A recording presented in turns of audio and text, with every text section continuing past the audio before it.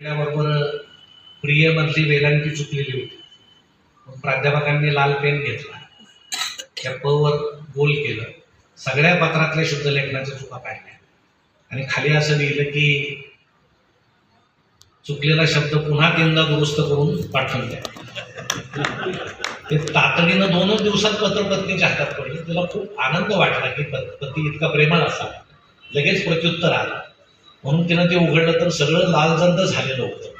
त्यावेळेस ती मनात असं म्हटली की आमच्या यांच्यामध्ये व्याकरण आहे पण अंतकरण नाही. म्हणजे अंतकरण असणं म्हणजे भावना असणं. अशा काही भावना जर शब्दामध्ये चिंब भिजलेले असतील तर ते या पुस्तकामध्ये निश्चितपणे आहे. राजूची अनेक रूपं मी पाहिलेली आहेत. तो कमी बोलतो ही त्याच्या दृष्टीनं फायद्याची गोष्ट आहे व्यवसायाच्या दृष्टीनं, कारण जास्त घासाघीस करावी लागत नाही. त्यामुळे त्यानं कमीच बोलावं. जास्त बोलण्याचा मागता आमच्याकडे दिलेला आहे.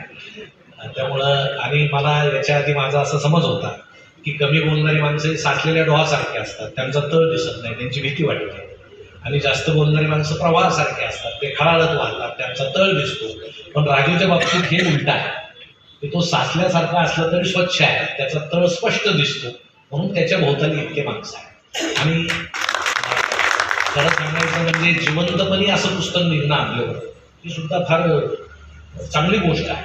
कारण आता माणसं गेल्यावरच चांगलं बोलतात आणि गेल्यावर काही बोललं तरी चालतं, कारण जो गेला तो ऐकायला नसतो. परंतु इथं ते शक्य होणार, कारण राजू इथं बसलेला आहे. त्याचे अनेक रूप मी पाहिले.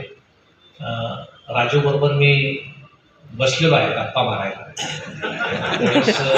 ते उत्तर त्याचं फारच वेगळं आहे.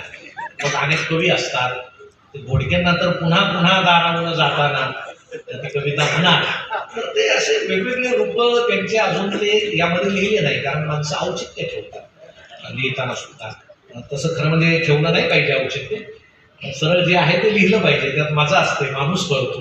म्हणून शेलार सर आता बोलतीलच, परंतु लघु उद्योजक म्हणून त्यांचा प्रवास, त्यांची प्रगती सुद्धा यात अधोरेखित झाली पाहिजे. कारण आपण जे पुस्तकं सर वाचतो सध्या यशस्वी होण्याचे 101 प्रयोग, मी तर मध्ये ते पुस्तक घेतलं, पैसे कसे मिळवा, आणि तुम्हाला सांगतो की जे पैसे होते ते पुस्तक घेण्यात सुद्धा गेले, काही म्हणणं नाही. त्यामुळे विनाकारण पुस्तकं खूप मी वाचले मग मी यशस्वी होईल हे अजिबात चुकीचं आहे.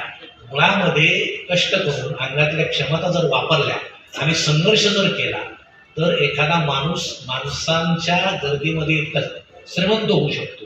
ही सुद्धा खूप आनंदाची गोष्ट आहे. म्हणून हा सगळ्या आपल्या मित्रांमधला जो कोहिनूर आहे त्याला मी मनपूर्वक शुभेच्छा देतो की हा ग्रंथ निघाला.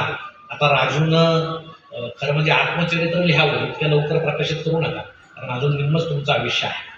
आणि आत्मचरित्राचं असं असतं की जीवन गौरव झालं, आत्मचरित्र झालं, हे कुणाला देतात की शक्यता असते की आता यांचा भरोसा राहिलेला नाही. त्यामुळे जीवन गौरव, आत्मचरित्र वगैरे तर एवढ्या लवकर गरज नाही, पण तिथनं काढून ठेवा. आणि कुणी जीवन गौरव दिला तर घेऊ नका, फार उशिरा घ्या. त्यामुळे उत्तम माणूस म्हणून आपण आमच्यामध्ये आहात. शब्द